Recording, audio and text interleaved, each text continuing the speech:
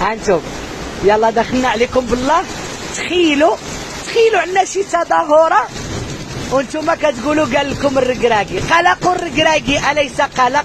شوفوا أليس قلق؟ إن الأوضاع مقلقة حقا في هذه الجهة ككل. باش ما نقولوش غير وجدة، باش ما نحقروهاش مسكينة غير مدينة وجدة. شوفوا 10 دقائق ديال الماء شي واحد يدخل للكارفور غادي يخرج يلقى طوموبيلته مشات. هذه أبسط حاجة. شوفوا شنو كاين. شوفوا 5 دقائق. وتخيلوا انتم عندنا تظاهرة عالمية وتجي فيها 5 دقائق الشتاء. ورا قلق الركراكي بالعكس، إن قلق الركراكي هو ناقوس خطر يدق جهة الشرق ككل. شوفوا 5 دقائق طوموبيلة غرقات. شوفوا هانتوما شوفوا 5 دقائق 5 دقائق ماشي راني. هذا ليس مبرك، هذا واقع. شوفوا الناس عندها محلات. شوفوا فين غتوصل عندها الروكارات. شوفوا اللي كتقولوا ان قلق الركراكي هو يسيء لساكنة وجدة، لا، انه قلق الركراكي يسيء لمسيرين ومنتخبون والمسؤولون عن هذه الحالة المزرية اللي وصلت لها مدينة وجدة والجهة ككل.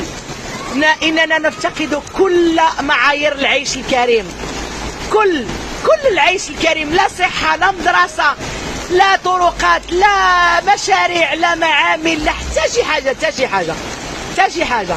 نتمناو ان هاد الشتا هادي ربي يرحمنا بها، ولكن بغينا هاد الناس اللي تحاول ان ترفع من هذه الرسالة الى انها اهانة للساكنة. لا سيادنا، هذه ماشي اهانة للساكنة، هذه اهانة لهاد المسؤولين اللي نتمناو انهم يفيقوا براسهم ويعيقوا. صافي بركة هاد الجهة من التهميش، بركة هاد الجهة من الإقصاء، بركة هاد الجهة. هذا راه غير فين راني واقفة. أما لو كان نزيد ندوز بلايص أخرى راه الناس طايحين عليهم الديور، راه الناس طايح عليهم الديور ديال السكن العشوائي طايحين عليهم. راه السكن الاقتصادي عنده خلل في هذه الأوقات هذه اللي كتكون فيها الشتاء. تخيلوا شوفوا طوموبيل غرقات في 10 دقائق وكتقولوا بأن قلق الركراكي ليس بقلق. هو قلق فعلا، إننا قلقون على جهة الشرق. نتمنى أن الرسالة تصل إلى الحكومة.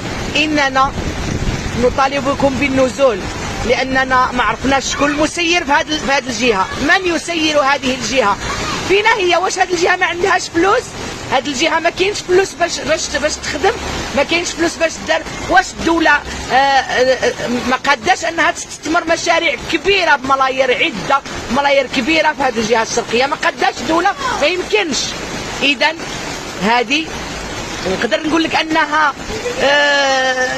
نقول لك بان هادو راه كي غادي نقول لكم انهم كيتفاهموا، انهم متفاهمين علينا، انهم متفاهمين على هذه الجهه، انهم متفاهمين على هذه الجهه باش تغرق.